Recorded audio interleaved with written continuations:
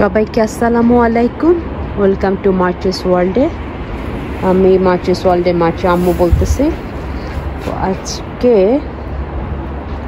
Just quickly আপনাদের সাথে একটা রেসিপি শেয়ার করবার জন্য আমি গার্ডেন থেকে শাক নিতে চলে আসছি।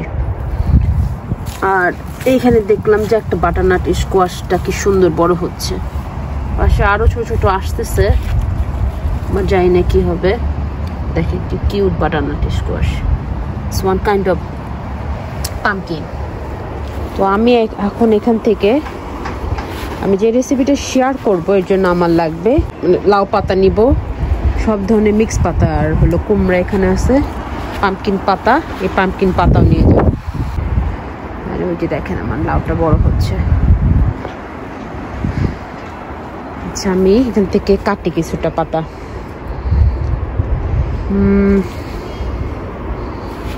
এই পাতাটা নিতে পারি, বিসমিল্লাহ করে, এই যে এইভাবে। আচ্ছা, আমি পাতা নিই, এখান থেকেও নিব আমি পাতা, টোটালি পাতা কেটে আমি আপনাদেরকে দেখাচ্ছি। আর ওই যে দেখেন মাইলো শুয়ে আছে। আচ্ছা, পাতা কেটে নিই, পরে আমি আসতেছি।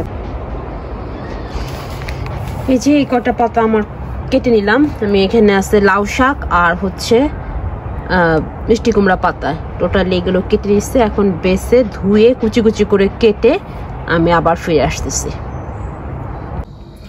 আমি পাতাগুলো ভালো মতন ধুয়ে এভাবে পানি ঝরিয়ে কুচি করে কেটে নিচ্ছি। এখানে মিষ্টি কুমড়া পাতা, লাউ পাতা আছে একসাথে, মিহি করে কুচি করে, যতটুকু সম্ভব মিহি করা যায় মিহি করে কুচি করে কেটে নেবেন।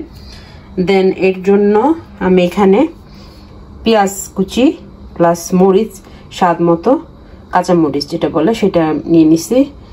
আর দিব হচ্ছে এখানে আমার আছে garlic paste, ginger paste, and এখানে আমি একটা আলু কুচি করে নিছি, এই আলু কুচি।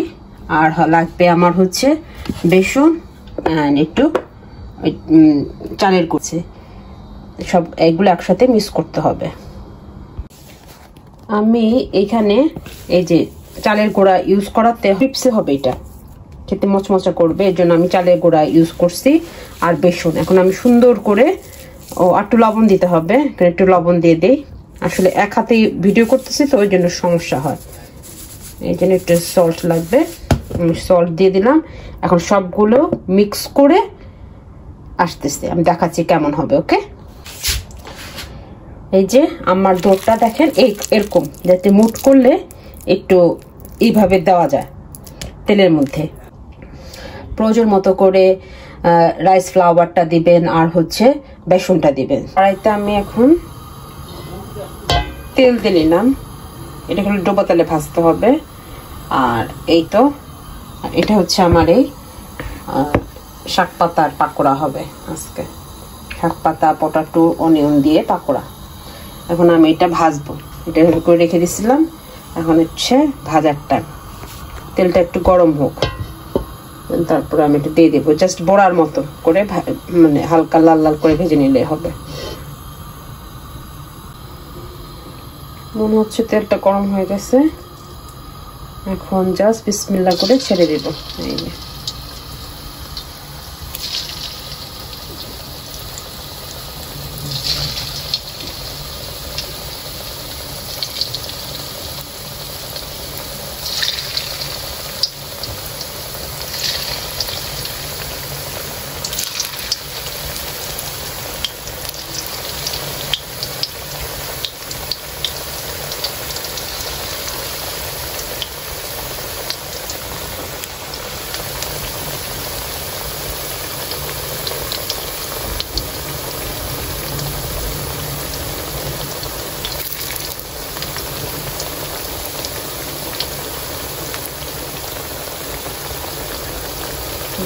যে কটা আমি আগে ভাজি, পরে আবার ভাজবো না, আজকে দেখি এখন কেমন হয়।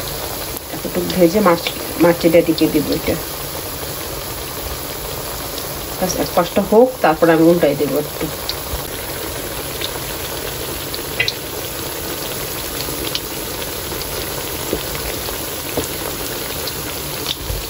এই যে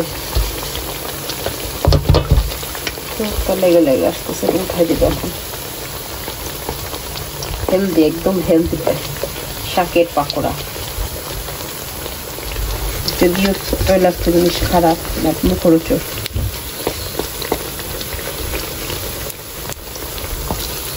শীত আসতেছে তো, পাকোড়া দিয়ে চানাচুর মুড়ি খেলে মজা লাগে, বাট মনে হয় ও এমনি খাবে। এখন ওটা ওটা করে উল্টাই দিই।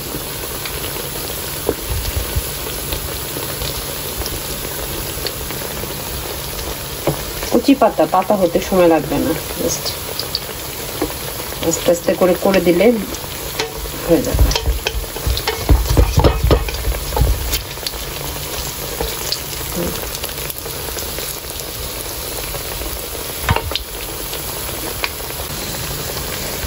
হালকা লাল হয়ে আসতেছে। এখানে অনেকগুলো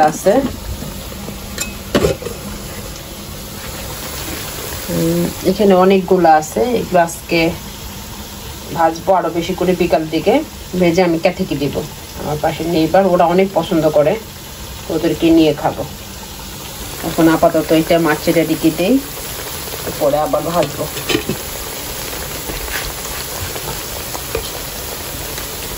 অলমোস্ট হয়ে আসতেছে, মচমচা হবে। চালের গুঁড়া দেওয়ার কারণে জিনিসটা হয় কি, মচমচা হয়। আমরা যে ডালের বড়া খাই, ওই ডালের বড়ার ভিতরে কিন্তু যদি হালকা একটু চালের গুঁড়া দেওয়া হয়, ওটা কিন্তু মচমচা হয় অনেক। তো আমি ওইখানে একটু দিছি যাতে মচমচা হবে। তাই মচমচা করে ভেজে আসি, আবার দেখাচ্ছি আপনাদেরকে এই জিনিসটা কেমন হয়। ওকে, এই যে পাল্টা আমার হয়ে গেছে মচমচা করে ভাজা। এখন আমি এটার মধ্যে করে উঠে নেব।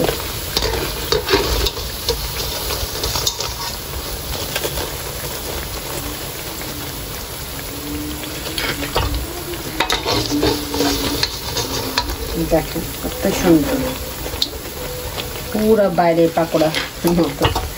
সেটাও হেলদি, তার চেয়েও মজা। একদম ফ্রেশ তেলে ভাজা তো।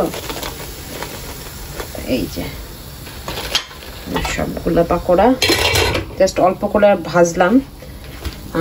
এই যে দেখো পাকোড়াগুলা কেমন দেখাচ্ছে, খুব মচমচা হয়েছে। সাউন্ড দেখলে বুঝবেন। সো এই তো আজকে আপনাদের সাথে ছোট্ট ভিডিও শেয়ার করলাম আমার এই রেসিপি, পাকোড়ার রেসিপি। তো কেমন লাগলো সবাই বলবেন, কমেন্ট করে জানাবেন। ওকে, সবাই ভালো থাকেন, আমাদের জন্য দোয়া রাখবেন। আপনাদের জন্য অনেক অনেক ভালোবাসা আর শুভেচ্ছা। আল্লাহ হাফেজ এন্ড বাই বাই।